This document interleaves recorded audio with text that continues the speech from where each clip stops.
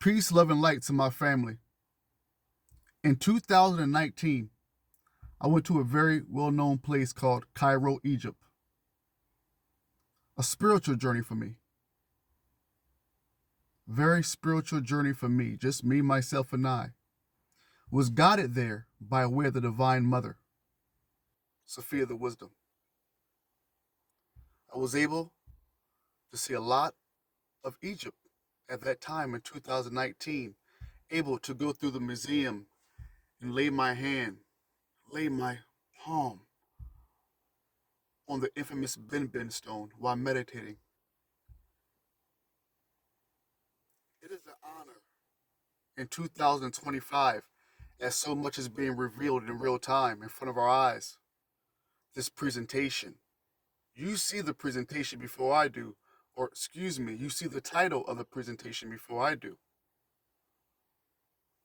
And it says Osiris, Enoch, and Hercules. I'm putting these stories in chronological order. You have heard what you have heard yourself about Osiris, whether you are religious or not. You have heard what you have heard about Enoch. And of course, especially in school, through television as well, we have heard what we heard about Hercules. This may very well be a 3 or 4 part chapter. What's going to be revealed to you, my beautiful family, is the history of the gods when they were on the planets, the history of Enoch on a more broader aspect of who Enoch was, and lastly, Hercules. By the time we get to Hercules, family, we're going to realize how much of the gods are within us and how much human we really are. I want to thank you for your patience. This is going to be a heavy presentation, I promise you. It is my honor, it is my duty to be able to speak to my brothers and sisters in this cosmic consciousness time that we are living in now and to release this information in its entirety. You are more than just humans. You are more than just dust of worms, church people. You are gods beyond the God-defying meaning. Are you ready, my family? And you see what the title is. You see what I named it. But for this one, let's just say the assassination of the Green King, Isis, and Osiris. Keep the color green in mind when describing Osiris. Are you ready, family? Once again, I told you my story, my spiritual abundance. Since I was a kid, I have been connected to ancient times, ancient wisdom, and to be my age now in 2025, and to continue doing what I did in my past lives and past civilizations of my time. Family, the words cannot describe.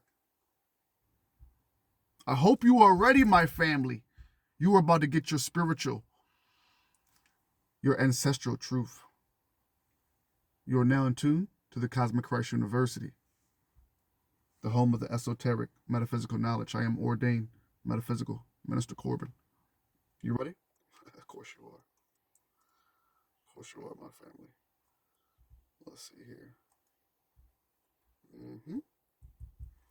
In the period described by the myths of Olympias, gods walked among humans.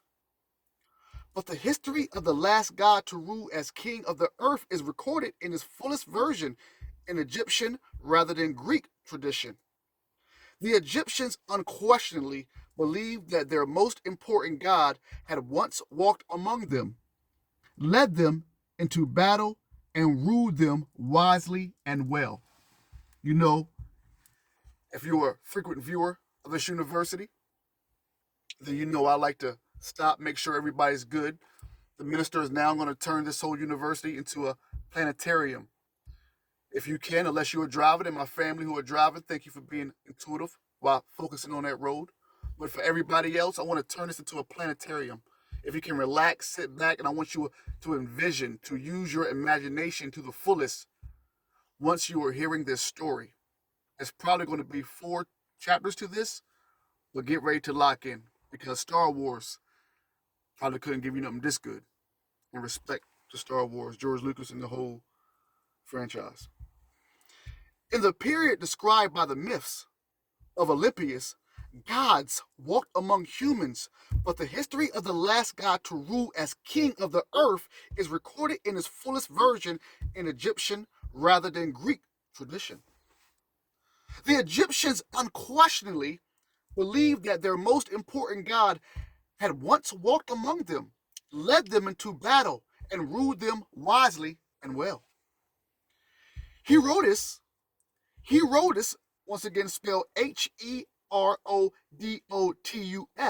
described a visit to the shrine where Osiris, we are talking about Osiris now, family. Herodotus, once again spelled Herodotus, described a visit to the shrine where Osiris was said to be buried. Gigantic stone obelisk stand in the courtyard, and there is a circular artificial lake next to it. Let me read that again. Herodotus described a visit to the shrine, and this is where you need to be using your imagination in this planetarium and visualizing as well I tell the story. True story, this is. Herodotus described a visit to the shrine where Osiris was said to be buried. Gigantic stone obelisk stand in the courtyard, and there is a circular artificial lake next to it. It is on this lake at night that the Egyptians act out the mysteries, the Black Rite, that celebrates the death and resurrection of a being whose name I dare not speak, the author says. I know what goes on, but say no more. Fortunately, we can supplement this teasing account with the history of Osiris as told by Herodotus near contemporary Plutarch, Plutarch. Now, just to break this down, these are ancient Greek scholars, philosophers, who knew about the time before them, the Egyptian civilization. For those who don't know, a lot of the Greeks took the gods, the pure gods of Egypt and ancient civilizations, and merged with the gods that they have. So Isis, Athena, you get what I'm saying? So let's keep on going. Let's run that back. Fortunately, we can supplement this teasing account with the history of Osiris as told by Herodotus near contemporary Plutarch, an initiate priest of the oracle at Delphi, Delphi. In the following, I have used Plutarch's account as a basis, weaving in additional material from other sources.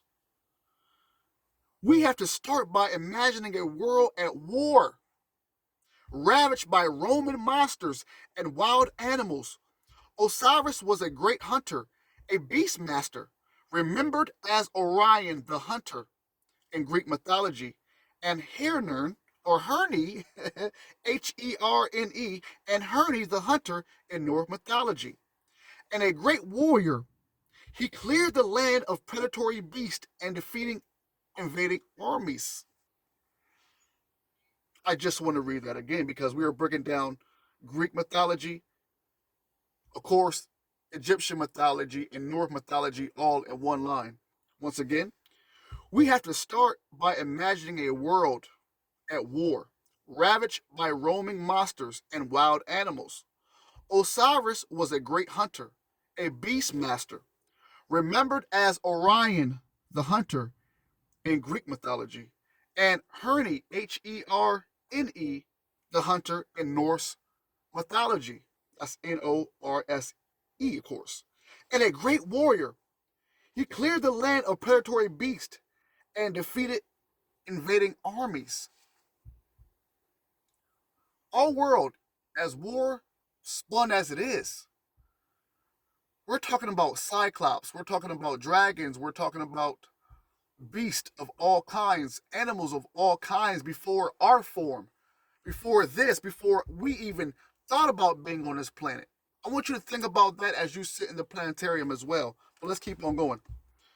But this great warrior's downfall came not in combat with monsters or on the battlefield, but because of the enemy within. We're talking about still Osiris. After defeating armies, conquering different lands, different beasts, his biggest op was his own ego. Let's read this again. But this great warrior's downfall came not in combat with monsters or on the battlefield, but because of the enemy within. Let's keep on reading. Let's keep on reading. Now, some of you have heard the story of Osiris and Isis and Seth, or some people say Set. You're about to get an even more in-depth story. Family, I said this, a lot of you out there watching have heard in different pieces of the puzzle the story of Osiris and Isis. I'm going to let you know now that you're going to hear a lot bigger story now, and some of the words are going to be sexually educational. You'll understand in a minute. But once again, family, as every warrior goes through, listen to this. But this great warrior's downfall came not in combat with monsters or on the battlefield, but because of the enemy within. Let's keep going. Returning from another military campaign, Osiris was welcomed back by cheering crowds. Woo! The populace who loved him. The reign of Osiris, though constantly under attack from outside the country, would be remembered as a golden age. And it was an age of domestic as well as civil bliss. His name is connected with insemination. Now, family, remember I was talking about the sexual innuendo? The sexual innuendo? Now, this is for the mature audience only. This is why a lot of church people respectfully stray away from dealing with other languages and other stories about Christ and other ancient things that are not in the Bible, because they really go hard and no pun intended, but they really go in on the sexual power that is us, the sexual power that we should be recognizing, our sexual liberation, our freedom to be who we want to be. I want you to understand that, and for me not to chop and screw it. The ancient ones understood that sex was a sacred power within us.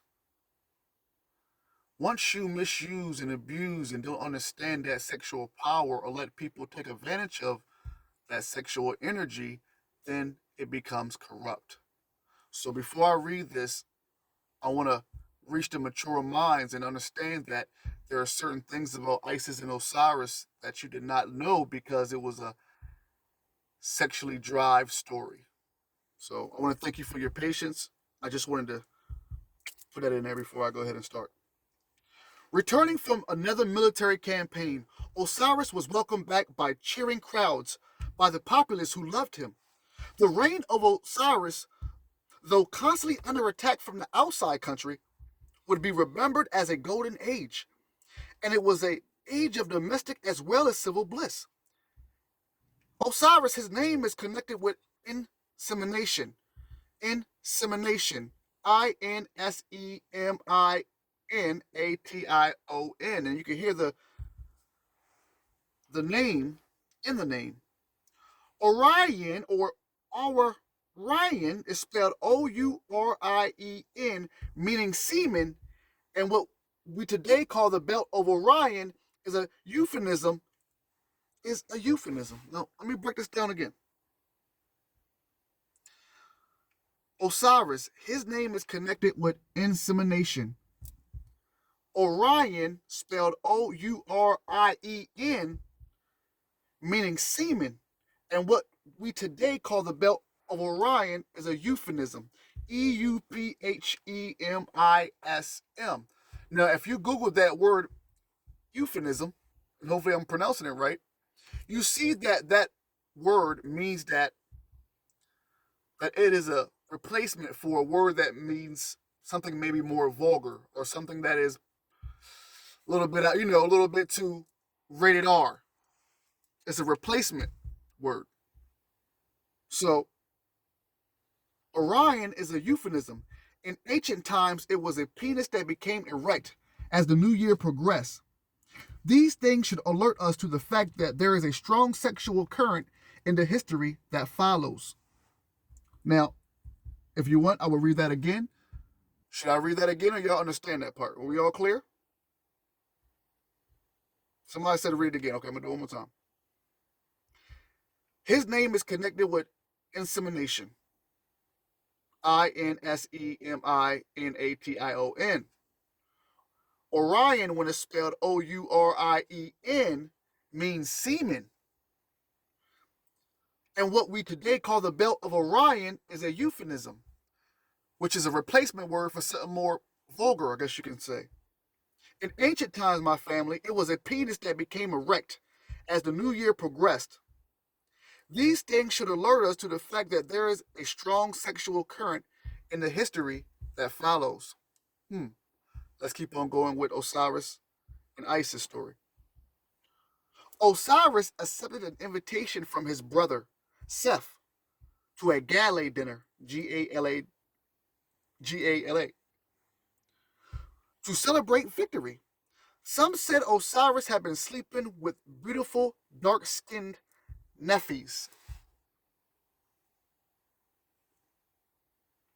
Some say Osiris had been sleeping with beautiful, dark-skinned Nephis, wife of Seth and sister of his own wife.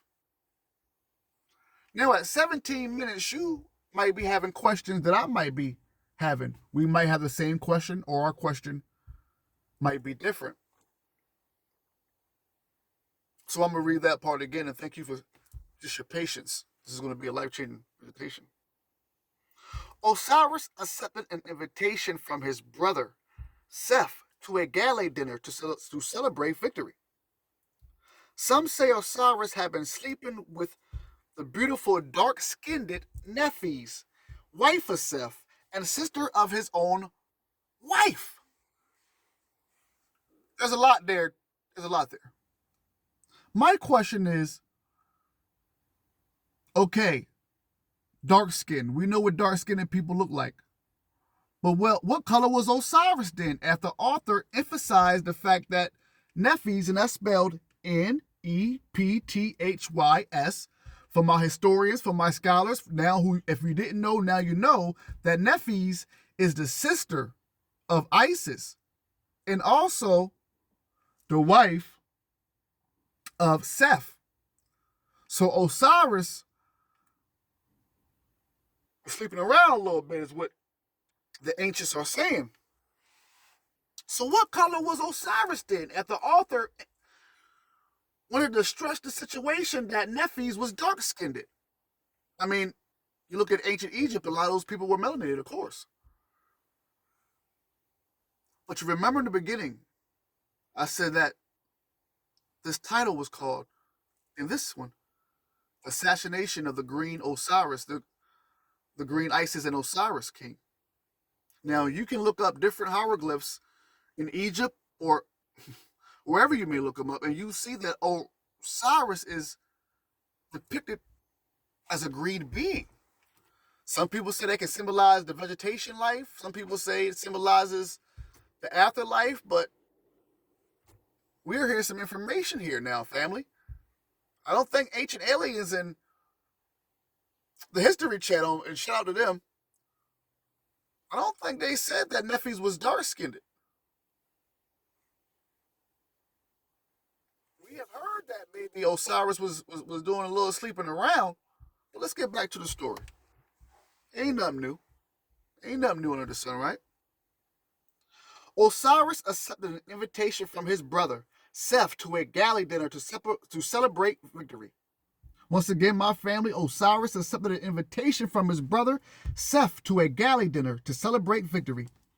Some said Osiris had been sleeping with beautiful dark-skinned Nephthys, Nepthys, who was the wife of Seth and the sister of his own wife. Isis, did this provide Seth with a motive for murder? The author says he may not have needed one.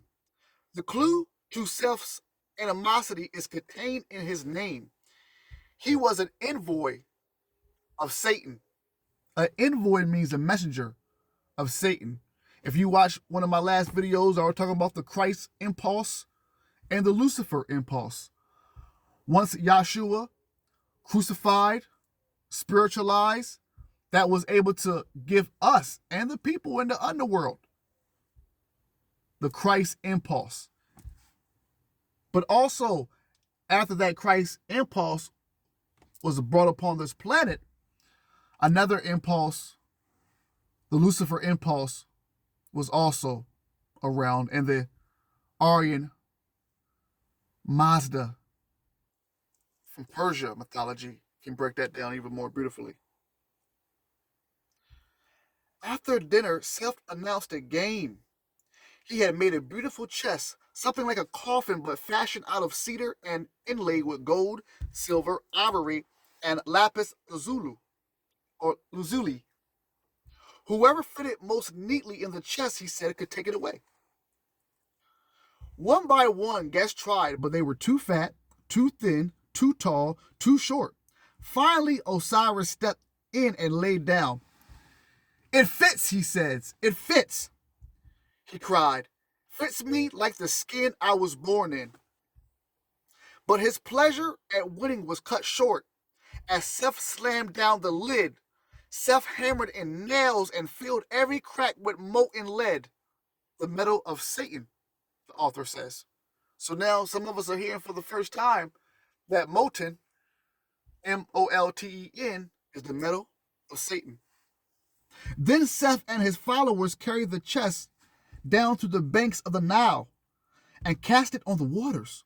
Osiris was an immortal, and Seth knew he couldn't kill him, but he believed, get rid of him for good. The chest floated down the Nile for several days and nights, eventually washing ashore on the coast of what we now call Syria, Syria. A tender young tamarisk tree growing there wrapped the chest in its branches and eventually grew all around it, enclosing it lovely and protectingly in this trunk. In time, this tree became famous for its splendor, and the king of Syria had it chopped down and fashioned into a pillar that stood in the center of his palace. In the meantime, Isis separated from her man and disposed from her throne, cut her hair, blackened her face with cinders, Cinders, look that up, and wandered the surface of the earth, searching tearfully for her beloved husband. To my sisters watching, thank you so much for watching. For you who have ever been in a situation, lost, knowing that your man is not there no more, your king is not there no more, put yourself in Isis's shoes, knowing what she knowing maybe about the affair, but at the same time, her love for Osiris surpassed all that. They had a bond. But let's keep on reading and let's not lose track. In the meantime, Isis separated from her man and disposed from her throne, cut her hair, blackened her face with cinders, and wandered the surface of the earth, searching tearfully for her beloved husband. After a while, she took a job as a servant girl at the court of a foreign king. The author says, readers will really appreciate how the story, originally a sacred drama in the temples of Egypt, has come down to us in a slightly garbled form as the pantomime Cinderella.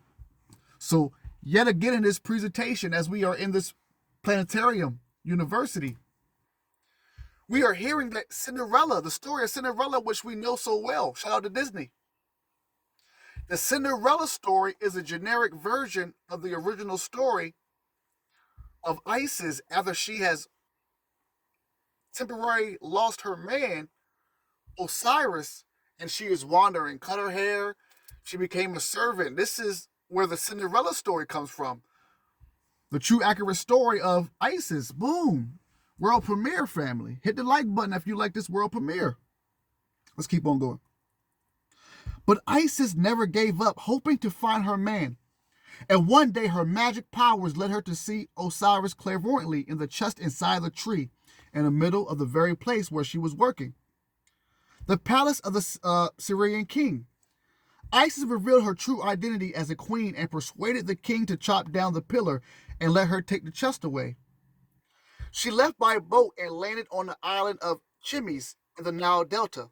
That's Chemmis in the Nile Delta. There she intended to use her magic arts to revive her husband. But Seth, also known as Set, but Seth had magic powers too. He and his evil cohorts were hunting by moonlight, and in a vision, Seth suddenly saw Isis cradling Osiris. While she lay sleeping, he swooped down upon the loving couple. I want to read that part again, because after longing and yearning for her man, Isis finally found him in the very place where she was being a servant at. She used her magic powers. For those who know, for those who don't know, magic was very prevalent, very in use, very in abundance, and very necessary back then. It was a real thing. So using her magic, well, let's go deeper. Let's go deeper because it gets more beautiful. I want you to hear this for yourself.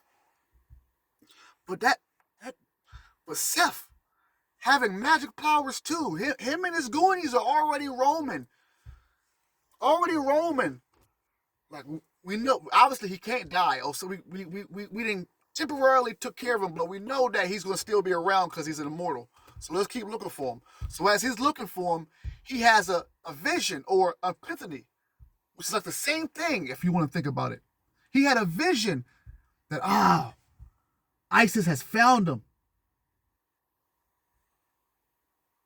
But Seth had magic powers too. He and his evil cohorts were hunting by moonlight, and in a vision, Seth suddenly saw Isis cradling Osiris while she lay sleeping. He swooped down upon the loving couple. Determined to make sure this time, he attacked Osiris with savage glee, hackling him into 14 different pieces, that is, my family, that he then had hidden in secret in different corners of the land. A lot of you who know the story and the mythology of Osiris and Isis know this is what Set did. Chopped him up, and in this version, he formed as a bird, came down, swoop, and pecked different pieces. And then in different places of the land, he hid the pieces. Determined to make sure this time, he attacked Osiris with savage glee, hacking him into 14 different pieces that he then had hidden in secret different corners of the land. So the widow Isis had to set out on her travels again. Respectfully, free Masonic readers will perhaps be aware that they call themselves sons of the widow. So to my Freemasonry brothers out there, respect to you first and foremost. For the ones who are really in this work, that Masonic work, like I told you before, some people are taught by elders through rituals. Some of us, like the Prophet Muhammad, peace be upon him, like St. Paul. Some of us are hit with a divine light. We are hit with the divine knowledge blessed by the divine God, the divine Mother Sophia, the wisdom. And we are set and awoken to our mission that we once had before. So just like Saul of Taurus, the one you call St. Paul, just like the Prophet Muhammad, peace be upon him, I am one of those ones, a cosmic Christ being. Respect to my Freemasonry brothers all the same. Once again. So the widowed Isis had to set out on her travels again, The Freemasonic readers will perhaps be aware that they call themselves Sons of the Widow, partly as a mark of their participation in her quest. Isis wore 7 veils to disguise herself from Seth's minions and was aided by Nephis. She also loved Osiris and now turned herself into a dog to help find and dig up the parcels of Osiris' corpse. They retrieved all of them except the penis, which had been eaten by fish in the Nile. They arrived at an island in Abydos, Abydos, in southern Egypt, and there at night Isis and Nephis bandaged all the remaining parts together using a long, winding piece of white linen, the first mummy. Finally, Isis fashioned a penis out of gold and attached it. She was not able to bring him wholly back to life, but she revived Osiris sexually so that she was able to hover, touching him gently and delicately. And she enveloped his penis in the form of a bird until he ejaculated. In this way, she impregnated herself on him, and in the same way, Osiris, or Horus, the new master of the universe, was conceived. Now, I'm going to take my time with this part again. I'm going to reread it. I want to make sure that I'm not missing one beat and that you are hearing this right. And I want to thank you, my beautiful sisters and brothers, for your patience. Now, what we are hearing is the truth of sexual magic. Adam and Eve's story, in so many ways, is a story of procreation. In Orthodox patriarchal churches, they try to disrespect the light of the divine energy because it's a sexual energy. The churches don't talk too much about Lilith because she is a very strong, powerful, potent sexual energy. So to really dive deep into our ancient knowledge and who we are, and shout out to my family in the Eastern civilizations who gave us Tantra, Tantra. It is very important that you understand the sexual energy of who you are. Your masculine, your feminine, and balancing them out. The yin and the yang. The anima and the animus.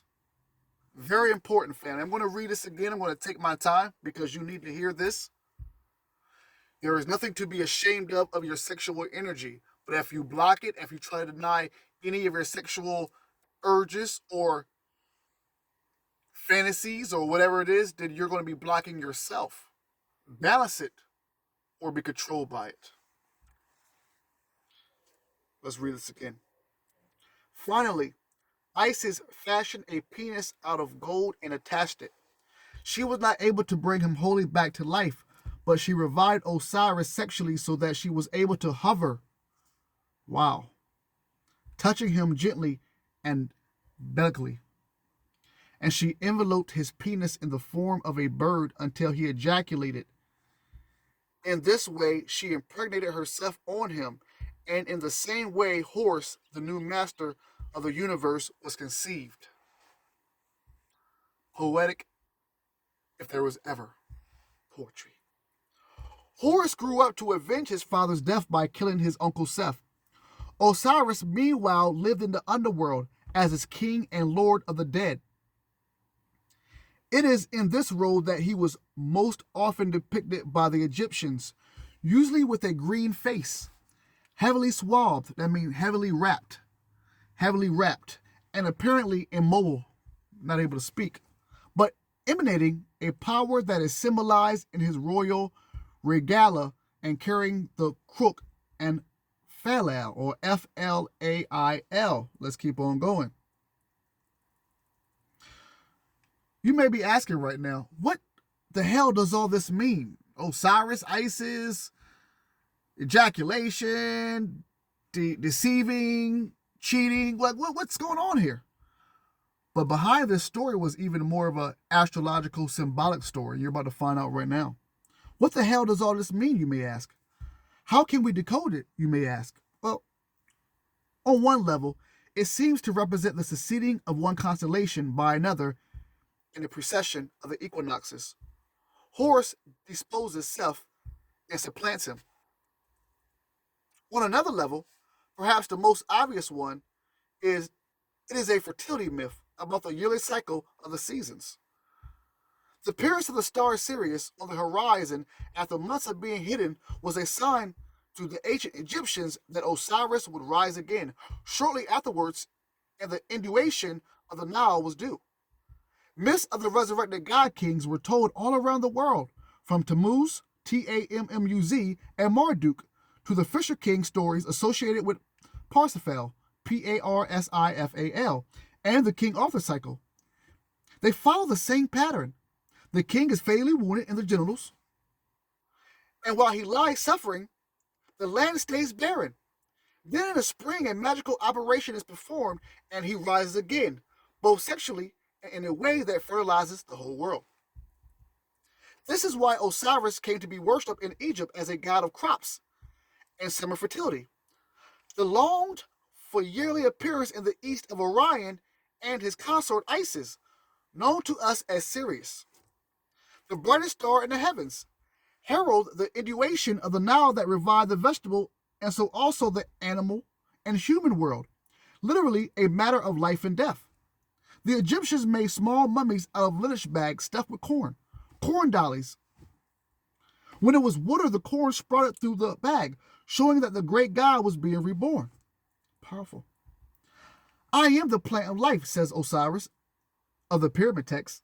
I would not dwell on the aspect of Osiris because the level of meaning in myths that relates to the fertility has become widely appreciated in the 100 or so years since Sir James Fraser's The Golden Bough, Bough. The trouble is that it has tended, the trouble is that it has tended to be appreciated at the expense of everything else. The trouble is that it has tended to be appreciated at the expense of everything else.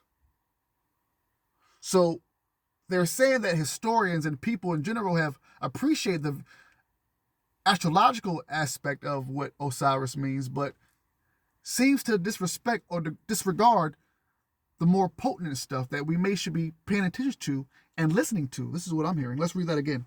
The trouble is that it has tended to be appreciated at the expense of everything else. If the Egyptian populace thronging the outer courtyards of the temples understood the story of Osiris on this level of the fertility myth, there was another higher level known only to the priest of the inner sanctum, the Black Rite, whose secrets Herodotus claimed to know. This secret was a historical secret. Are y'all doing all right? I think we're doing good on time on 37 minutes. Remember, we are still on the story of Osiris. We still got to go through Enoch and Hercules to really show us who we are, not just as humans, but multi-dimensional beings and even higher than that. So I thank you for your patience. Let's keep on going. We're not going to skip a beat. To get at the truth of it, we need to look at a similar bizarre and disturbing story from the Greek myths. Remember, the Greeks took all their information from the Egyptians and ancient people before them. I want to make sure I stretch that story out. To get at the truth of it, we need to look at a similar bizarre and disturbing story from the Greek myths. We know from Plutarch, Plutarch, that in Antiquity, Osiris, the last god king to rule the earth, was equated with Dionysus. I want to make sure I put respect on his name as much as possible. Let's read that again. To get at the truth of it, we now need to look at a similar bizarre and disturbing story from the Greek myths. We know from Plutarch that in Antiquity, Osiris, the last god king to rule the earth, was equated with Dionysus, Dionysus, the last of the Olympic gods. Let's stop here because for my people who rock with Brother Bobby Hemmett, Dr. Delbert Blair, Francis Cress Wilson, Sister Myra, this is about to get real. And shout out to all of our legends. Shout out to Brother Panic as well.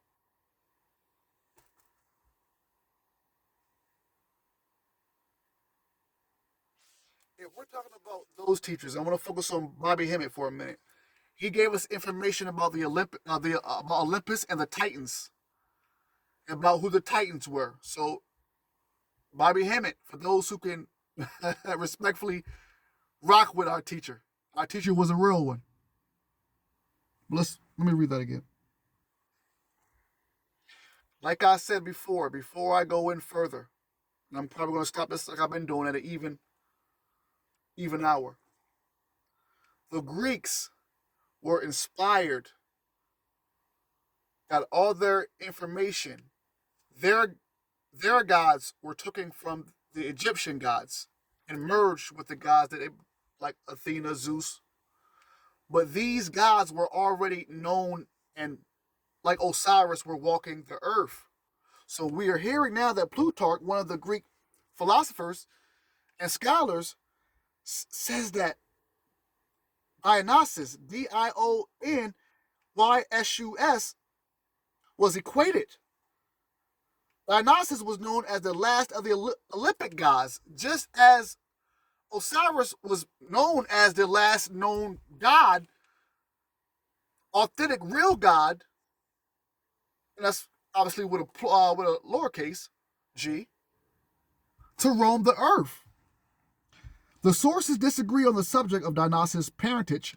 Some say his father was Hermes, others Zeus. All agree that the little god's mother was Mother Earth, and that, as with Zeus, she hid the infant Dionysus in a cave. Dionysus, like Zeus, represents the evolution of a new form of consciousness. Forget what we were told in school, family. Dionysus, like Zeus, represents the evolution of a new form of consciousness. Let me say that again. We were just baby fed in school. Understandable, I guess.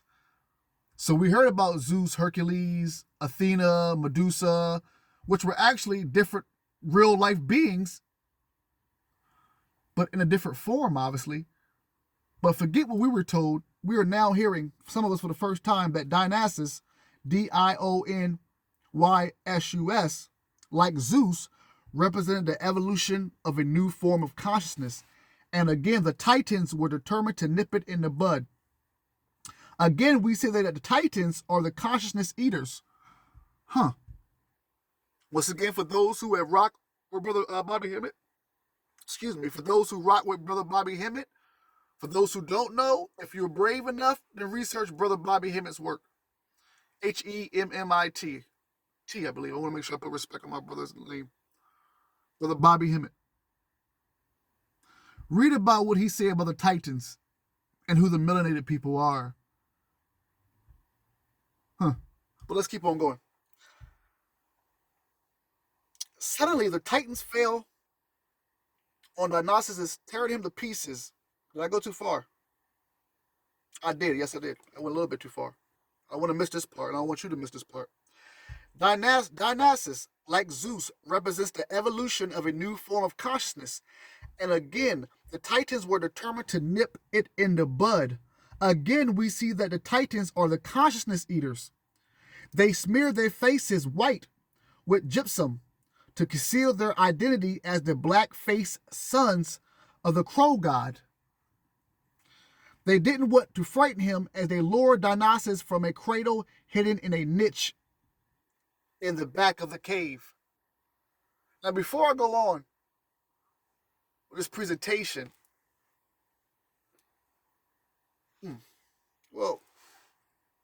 I'll read it one more time and we'll keep on going. I got a smart, amazing, lot of people in the university, so you know what this is. And you maybe not know what this is. Maybe I don't know what this is, but we're hearing what this is. Dionysus, like Zeus, represents once again the evolution of a new form of consciousness, my people. And again, the Titans were determined to nip it in the bud. Again, we see that the Titans are the consciousness eaters. They smear their faces white with gypsum, that is spelled Gypsum, to conceal their identity as the black-faced sons of the crow god. They didn't want to frighten him as they lowered Dionysus from a cradle hidden in a niche in the back of the cave. Suddenly, the Titans fell on Dionysus, tearing him into pieces. They flung these pieces into a boiling cauldron of milk, then tore the meat from his bones with their teeth. Wow. Meanwhile, Athena had stolen into the cave unnoticed, and she snatched away the goat boy's heart before it was cooked and eaten. She took this to Zeus, who cut open a hole in his thigh, inserted the body part, and sewed it up again. After a while, just as Athena had sprung fully formed from the head of Zeus, the reborn Dionysus had sprung fully grown from Zeus's thigh. In order to understand the historical reality behind this mysterious story, my family, and the parallel story of Osiris, it is necessary to remind ourselves that in this account of the history of the universe, matter was only precipitated out of the cosmic mind over very long periods. It was only very gradually developing towards the sort of solidarity we are familiar with today. I want to read this again because at 48 minutes, this is very important. 46 minutes, we're doing good. Let's read this again. I know these stories, with the author saying and what I'm saying, I know these stories sound out there. I understand that. We understand that. But if you're looking at this as the skin that you are in, it wasn't like that back in the days on this planet. Is what the author and what I am is trying to break down to the watcher right now. For those who know, you know. Yeah, you see this, and that's why you hating that person for this color, you hating this person for that color, you hating this person for what you call deformity. If we would time travel and go back to the days that we're in, as we're in this planetarium now, can you imagine Cyclops with one eye looking at you with two eyes and you small as you are? Dragons, mermaids, gnomes. Everybody's talking about this now. That's because we're re-entering the world. Salamanders, nymphs.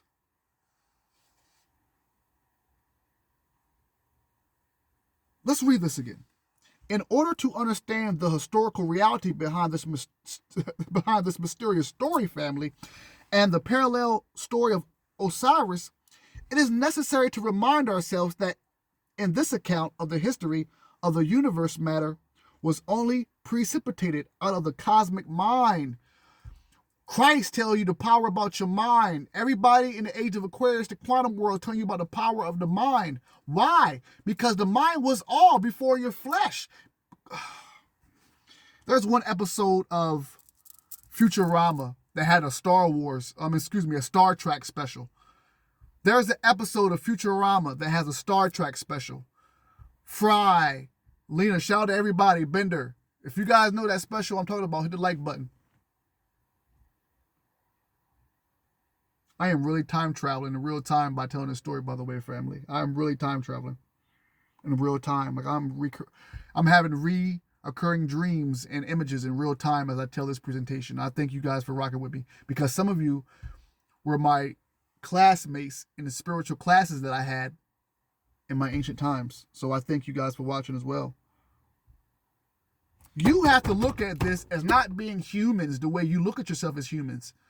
There are ancestors from worlds beyond that will look at us and go, yeah, what is that? Seriously. In order to understand the historical reality behind the mysterious story and the parallel story of Osiris, it is necessary to remind ourselves that in this account of the history of the universe, matter was only precipitated out of the cosmic mind over very long periods and was only very gradually developing toward the sort of solidity we are familiar with today. It is also as well to remind ourselves, my family watching, again, that although we may view many of the great figures of myths, both gods and humans, as having an anatomy like our own, this is only how they appear in the eye of imagination, family. We're about to stop in about 10 more minutes, and as you can tell, we're really about to get to the good stuff. We haven't even touched on Enoch yet. The world looked very different to the physical eyes that were evolving at this time. For those who know about Lemuria, for those who have read The Secret Doctrine, H.P. Blavatsky, and works, you know that in Lemuria times, before we even got to Atlantis, that we were just forming body parts. Like, let's keep on reading. You understand what we're talking about here. The world looked very different to the physical eyes that were evolving at this time. This was still the world recorded in the metamorphosis of the initiate poet Ovid, Ovid.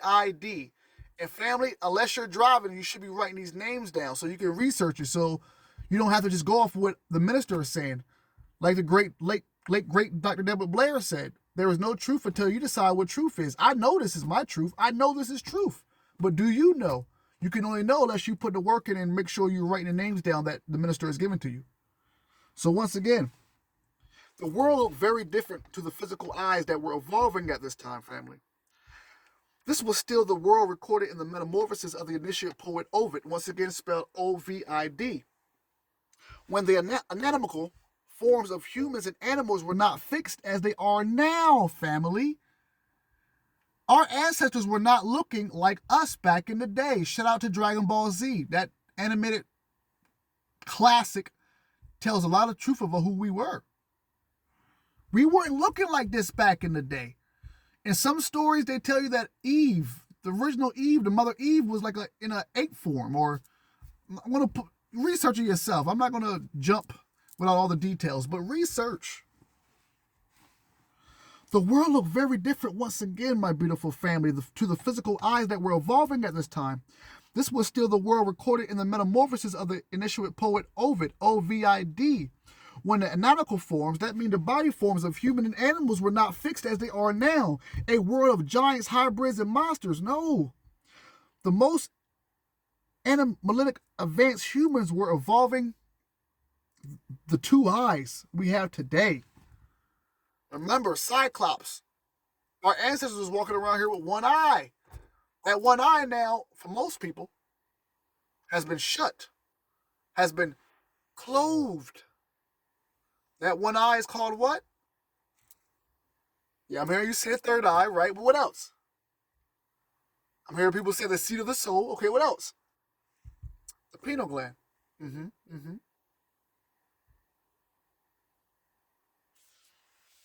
But the ladder of Osiris still protruded from the middle of the forehead, where the bone of the skull had not yet hardened. Let's read that in its entirety. Once again, my beautiful family, the world looked very different to the physical eyes that were evolving at this time. This was still the world recorded in the metamorphosis of the initiate poet Ovid, when the anatomical forms of humans and animals were not fixed as they are now, a world of giants, hybrids, and monsters. The most animalically advanced humans were evolving the two eyes we have today, but the lantern of Osiris still protruded from the middle of the forehead, where the bone of the skull had not yet hardened. Gradually, through matter, became denser.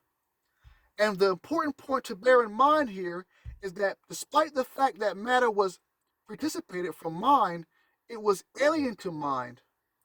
To the extent that matter hardened, it became a greater barrier to the free flow of the cosmic mind. What gradually happened then was that as matter hardened to something approaching the solid objects we know today, two parallel dimensions involved, the spirit world and the material world, the former viewed by the ladder of Osiris and the latter by the two eyes.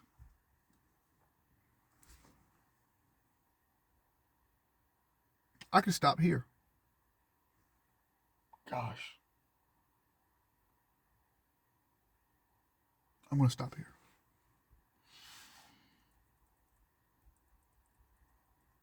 Yeah. Because if you are listening, family, you are listening to the true story of what got us here. Our one eye became shut as we fell deeper in matter, became more dense. There became a separation between the spiritual world, our true world, and the world of matter. We are hearing our true story, family, in real time. And all my spiritual people who are watching, now you can understand why you feel this weight on your shoulders, why you feel this boulder, and why you feel this release of this tension now. Because we are heading back into the spiritual world now. I'm going to read this again. Gradually through matter. Let's read this again. I want to read this part, at least this part right here. But the lantern of Osiris still protruded from the middle of the forehead, where the bone of the skull had not yet hardened. Gradually through matter, this is your story, and we're going to end this here until we get to chapter 2, which should be introducing us to Enoch's story. But we're going to still, on chapter 2, end off with Osiris's story. Osiris still protruded from the middle of the forehead, where the bone of the skull had not yet hardened. Gradually through matter, this is your story, family. This is your story. This is how we got here. Gradually through matter, gradually though, matter became denser. And the important point to bear in mind here is that despite the fact that matter was precipitated from mind, it was alien to mind. Remember, Christ talks about the mind. All the ancient ones talk about the mind. It said that although it participated mind, matter was still alien to us. What is this physical world? What we don't know. It was alien to us. Are you almost said a cuss word?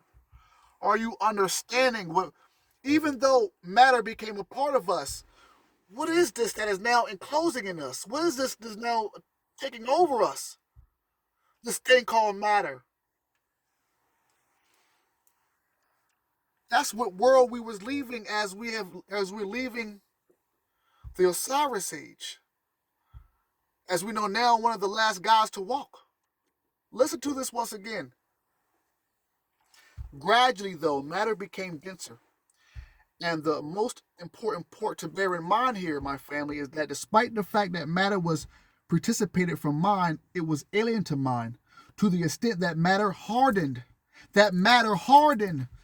This is matter, the skin, life, physical. It became a greater barrier to the free flow of the cosmic mind. The mind is all. The universe is mental, of course, because the mind is all. It became a great barrier to the free flow of the cosmic mind. What gradually happened then was that as matter hardened to something approaching the solid objects we know today, two parallel dimensions evolved, the spirit world and the material world, the former viewed by the lantern of Osiris and the latter by the two eyes. Let's end here. The story of Osiris or Dionysus is the next and perhaps the most decisive stage in the process, when parts of the great cosmic mind, the universal consciousness, became parceled off and absorbed into individual bodies. The bony roof of the skull hardened, closing over the lantern of Osiris, so filtering out the great cosmic mind above. Let's keep on going. According to the ancient wisdom, so long as there has been no barrier to the spirit, gods and angels ranged up above them, there have been no possibility of humans enjoying the individual free thought of or will that is. I gotta read this again. According to the ancient wisdom, so long as there has been no barrier to the spirits, gods, and angels ranged up above them, there have been no possibility of humans enjoying the individual free thought or will that distinguishes human consciousness.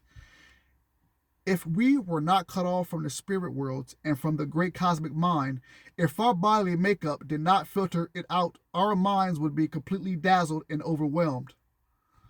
Humans would now have some space for themselves in which to think. I'm going to read that again, and then I'm going to stop. Because you need to hear this. And I don't care if we stop at 1 minute and 3, but you need to know what happened to you. Part 2, chapter 2 is going to give you a little bit more. But I want to make sure we hear this all together. And thank you for your patience as we about to close this chapter 1. This is what happened to all of us.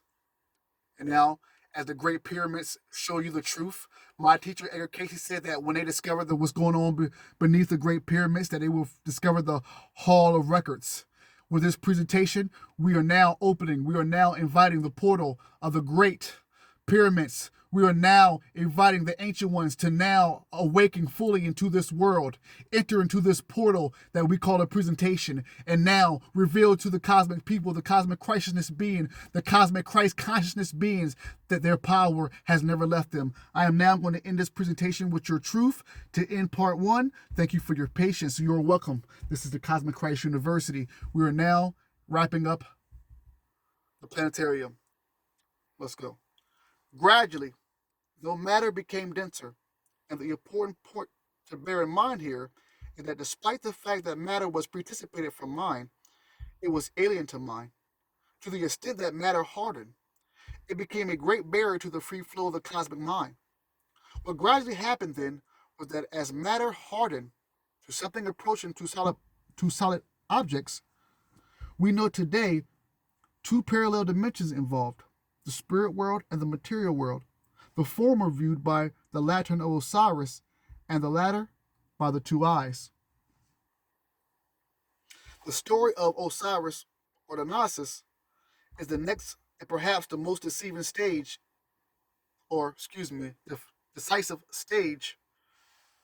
in the process.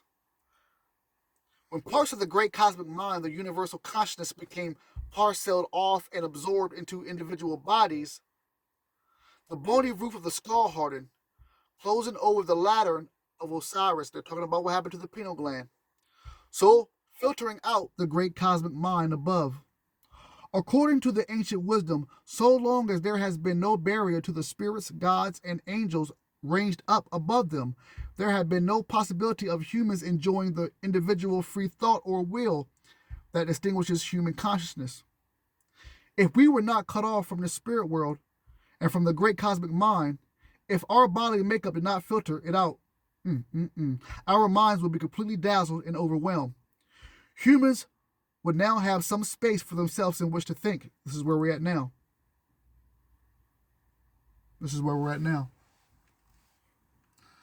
Family, this is chapter 1 of Osiris, Enoch, and Hercules. We haven't even started yet. The Great Pyramids. I was actually blessed to be able to sit on those same pyramids. For those who have watched the whole video, scroll down on my YouTube video and you'll see me in 2019 in Cairo, Egypt, in the museum. They have, of course, changed the museum and moved everything to a newer museum since I was last there. But you were able to see me, hands on the Bin stone. This classic artifact that is actually extraterrestrial in origin itself. We are here, family. I am the son of the Divine Mother. I'm a cosmic Christ being, and you are my brothers and sisters. We are here now, in the age of Aquarius.